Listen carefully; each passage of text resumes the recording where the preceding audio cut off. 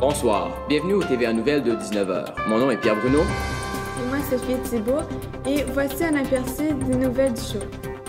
La crise en Ukraine se poursuit. La Corée du Nord a tenté de lancer une bombe nucléaire. Et qu'est-ce que les ptérophytes?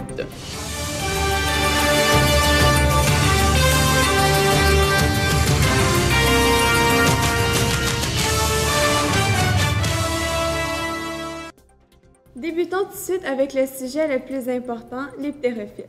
Allons rejoindre notre collègue qui va nous expliquer qu'est-ce que les ptérophytes. Bonsoir Martine. Bonsoir Pierre. Pouvez-vous expliquer à nos téléspectateurs qu'est-ce que les ptérophytes? Donc, les ptérophytes, c'est des vasculaires, un clade des végétaux qui possèdent un tissu conducteur. Et ils forment le clade rassemblant environ 93% de toutes les espèces de végétaux. Deux des subdivisions de ces clades sont les ptéridophytes. C'est des plantes vasculaires qui ne produisent pas de graines. Le groupe comprend l'embranchement des lycophytes, des lycopodes, et celui des ptérophytes qui englobe les fougères, les prêles et les psyllotes. Et puis la dernière et troisième subdivision des vasculaires regroupe les vasculaires à graines, qui constituent la grande majorité des espèces de végétaux modernes. Maintenant, élaborons davantage sur les caractères généraux. Donc, puisqu'ils ont des tissus conducteurs et des tissus de soutien, il leur permet d'avoir une taille plus élevée, des spores à plus grande distance, et des racines qui rendent la plante moins tributaire des variations d'humidité du sol, puisque les ptérophytes vivent dans un milieu très humide. Et durant les cycles de vie, c'est la phase sporophytique qui domine. Et puis, la fécondation demeure aquatique comme les bryophytes. De plus, les ptérophytes, comme elles sont vasculaires, ils possèdent deux types de tissus conducteurs. Le xylème, qui est caractérisé par le transport des minéraux et de l'eau, et le phloème, c'est le tissu composé de cellules vivantes conductrices de saccharose formant des tubes qui distribuent les acides aminés et les autres produits organiques.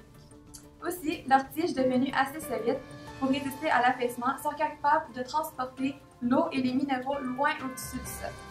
Leurs ancêtres, maintenant, atteignaient des hauteurs considérables au cours du Carbonifère, où elles ont formé les premières forêts.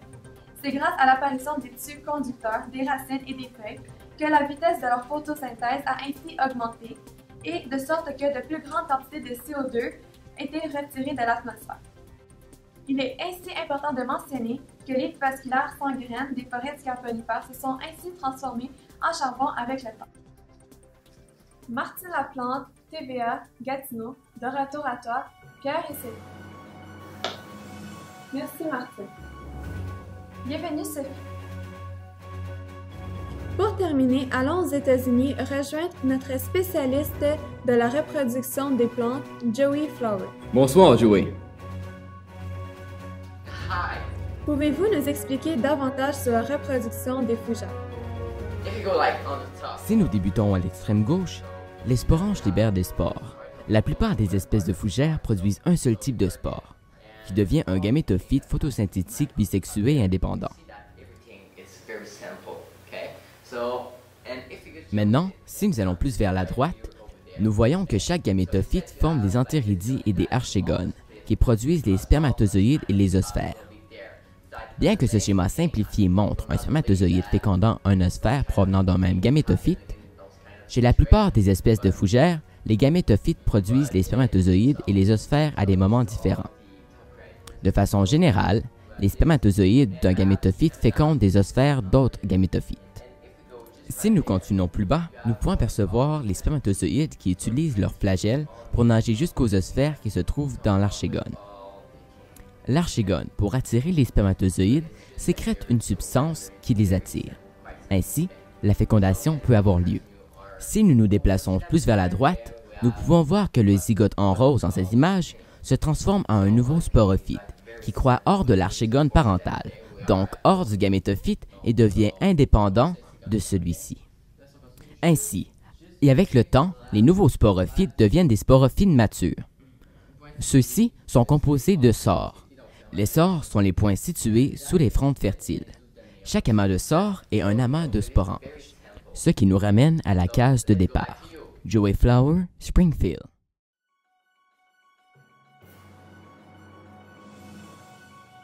En tout cas, moi ça me donne le goût de me planter une fougère. d'avoir écouté TVA Nouvelles 19h. Vous étiez accompagnés de Sophie Thibault et Pierre Bruno, et nous vous souhaitons une très bonne belle soirée.